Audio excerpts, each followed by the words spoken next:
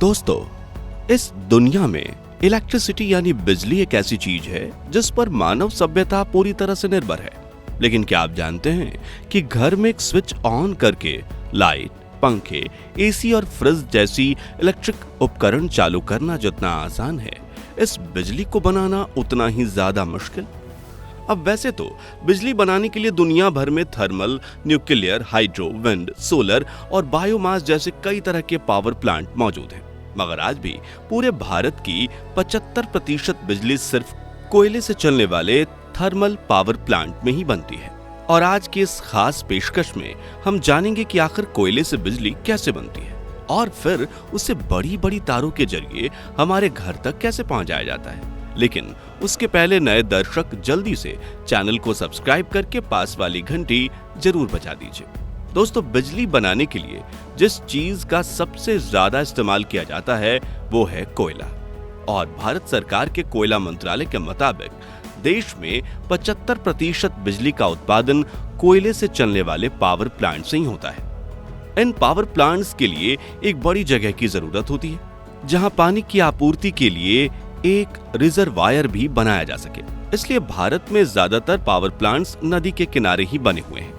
ये प्लांट्स आमतौर पर 2 से 3 किलोमीटर के एरिया में फैले रहते हैं, जिनका आधे से ज्यादा हिस्सा कोयले ही घेर लेते हैं। लेकिन इस कोयले को इतना ज्यादा अहमियत क्यों दी जाती है, आइए विस्तार से समझते हैं। दोस्तों, 1000 मेगावाट का कोल प्लांट एक दिन में 9000 टन से भी ज्यादा कोयले का इस्तेमाल करता है। यानी कि अगर एक माल गाड़ी में 100 टन कोयले के 90 डब्बे हैं तो उस पूरी माल गाड़ी का इस्तेमाल एक ही दिन में हो जाएगा। यानी कि एक साल के लिए कोयले से भरी 365 ट्रेन की जरूरत होगी। वहीं बड़े पावर प्लांट के लिए इससे भी ज्यादा कोयले की जरूरत पड़ती है। अब बिजली बनाने के लिए बॉयलर से लेकर टरबाइन और जनरेटर तक कई बड़े बड़े उपकरणों को चलाने की जरूरत पड़ती है, जिन्हें चालू करने में ही कई घंटे लग जाते हैं। ऐसे में कोयले से चलने वाला पावर प्लांट 24 घंटे काम करता रहे तो ही सस्ते में बिजली बन सकती है। इसी वजह से प्लांट के बड़े हिस्से में सिर्फ कोयले का स्टोरेज बनाया जाता है ताकि कभी कोयले की कमी ना आ सके। भारत में ज्यादातर पावर प्लांट में करीब 1.5 मिलियन टन कोयला एक साथ स्टोर करके रखा जाता है, जो प्लांट कैपेसिटी के मुताबिक 40 से 60 दिनों की बिजली उत्पादन के लिए जरूरी होता है। अब इस कोयले को यहाँ वहां नहीं तो फेंका जा सकता, इसलिए इन्हें स्टोर करने के लिए अलग से कोल यार्ड बनाया जाता है। जब मालगाड़ियां पावर प्लांट्स के बेशकीमती खजाने यानी कोयले को लेकर प्लांट में पहुंचती हैं तो एक एक करके सभी डब्बे को अलग किया जाता है और पानी के फव्वारों के नीचे से गुजारा जाता है, जिससे कोयला थोड़ा गीला हो जाता है ताकि जब आगे डिब्बों को पलटने की बारी आए तो डस्ट ना उड़े। इसे प्री वेटिंग प्रक्रिया के नाम से भी जाना जाता है। यहाँ बता दें कि डस्ट ना उड़े, इसी वजह से प्लांट में स्टोर हुए कोयले को रोजाना भिगोया जाता है। खैर, अब गीले कोयले वाले उन सभी डिब्बों को बारी बारी से एक निर्धारित जगह पर लाया जाता है, जहाँ एक मशीन उन्हें उठाकर पूरा ही पलट देती है, जिससे उन डब्बों का सारा कोयला कोल यार्ड में नीचे लगातार घूम रहे कन्वेयर बेल्ट पर गिरता रहता है, जो इन्हें आगे ले जाकर स्टोरेज में पटक देते हैं। रेलगाड़ियों के डब्बों को खाली करने वाली इस मशीन को वैगन टिपलर के नाम से जाना जाता है। अब इस कोयले को फिर से कन्वेयर बेल्ट की मदद से जरूरत के अनुसार बाउल मशीन में भेजा जाता है, जो इन छोटे मोटे पत्थरों के रूप में एक दूसरे से चिपके कोयले को क्रश करके पाउडर का रूप दे देती है। जी हाँ, ये वही चारकोल पाउडर होता है जो बड़ी बड़ी कंपनियां साफ सूफ करके मार्केट में ब्यूटी प्रोडक्ट्स के रूप में बेचती हैं। कोयले को पाउडर में बदलने से इनका सरफेस एरिया बढ़ जाता है, अशुद्धियां अलग करने में सहायता मिलती है और पाउडर फॉर्म में ये ज्यादा अच्छे से जल पाता है। इसके बाद इस ब्लैक पाउडर को कन्वेयर बेल्ट के जरिए ही विशालकाय बॉयलर में भेजा जाता है, जहां ये कोयला तुरंत आग पकड़ लेता है। अब पूरी तरह से जलने के बाद कोयले की जो भारी राख होती है वो नीचे गिर जाती है, जिसे बॉटम ऐश के नाम से जाना जाता है, जिसे कन्वेयर बेल्ट की मदद से ट्रांसपोर्ट करके किसी खाली जगह पर रखा जाता है ताकि बाद में इत्मीनान से इसका निकाल कर यूज किया जा सके। वहीं जो हल्की राख होती है वो ऊपर उठती है। इस राख को फ्लाई ऐश कहा जाता है और इसे चिमनी के जरिए फिल्टर करके वातावरण में छोड़ दिया जाता है। इस तरह पावर प्लांट में सबसे अहम भूमिका निभाने वाले कोयले का काम खत्म हो जाता है, लेकिन अब भी बिजली बनाने का 50% काम बाकी है। अब कोयला जलने की वजह से जो आग बनी थी वो बॉयलर से होते हुए उस सेक्शन में पहुंच जाती है जहां काफी ज्यादा वाटर ट्यूब्स होती हैं जिनमें पानी भरा रहता है। ये सभी ट्यूब्स हीट करके पानी को स्टीम यानी भाप में बदल देती हैं। अब जब ये स्टीम सुपर हीट हो जाती है तो पाइप का आगे वाला हिस्सा खोल दिया जाता है, जिससे ये स्टीम उन्हीं पाइप से ट्रेवल करते हुए आगे पहुंचती है।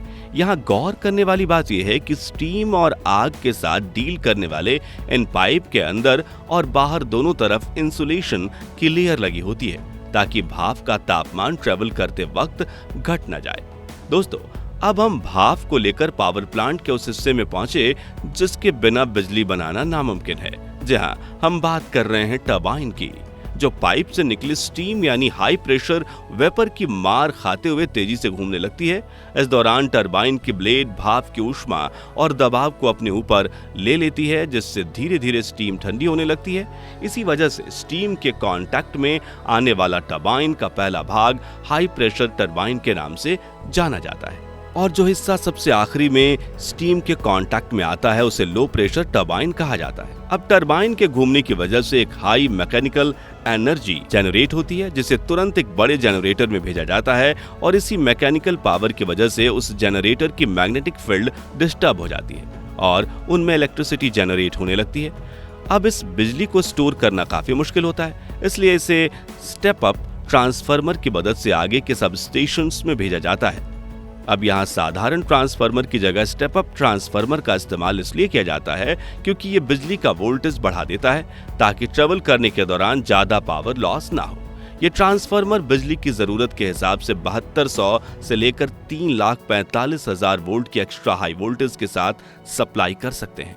अब ये बिजली कुछ 100 से 1000 किलोमीटर लंबी तारों से होते हुए आपके इलाके में पहुंचती है, जहां स्टेप डाउन ट्रांसफार्मर इनकी वोल्टेज कम करके आपके घर 220 या 240 वोल्ट की बिजली भेजते हैं, और स्विच ऑन करते ही ये बिजली आपके लाइट पंखों तक पहुंचती है, जिसकी मदद से वह आपके घर को चमकदार और हवादार बना देती है। अब आपके घर में तो बत्तियां जल गईं, लेकिन हमें एक बार फिर से पावर प्लांट में चलना होगा क्योंकि वहां एक और इम्पोर्टेंट प्रोसेस बाकी है, और ये प्रोसेस है स्टीम को ठंडा करके फिर से पानी में बदलना ताकि उसका फिर से इस्तेमाल किया जा सके।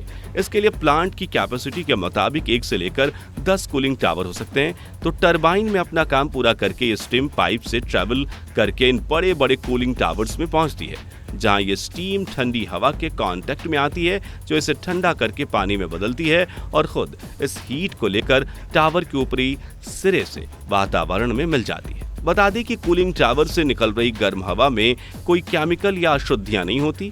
इस तरह कोयले से बिजली बनने की प्रक्रिया खत्म होती है। हालांकि यह प्रोसेस सुनने में जितना आसान है, असल में उतना ही मुश्किल है, क्योंकि बॉयलर में जलती हुई आग से लेकर सुपर हीट स्टीम को संभालना काफी बड़ा चैलेंज है, और यहाँ एक छोटी सी गलती भी पूरे पावर प्लांट को तबाह कर सकती है। तो दोस्तों, आज के लिए बस इतना ही। अब आप कमेंट्स में बताइए कि आप हर महीने बिजली पर कितने पैसे खर्च करते हैं। वीडियो अच्छा लगा हो तो इसे लाइक और शेयर कर दीजिए, और ऐसे ही इंफॉर्मेटिव वीडियोस देखते रहने के लिए चैनल को सब्सक्राइब करके पास वाली घंटी जरूर बजा दीजिएगा। धन्यवाद।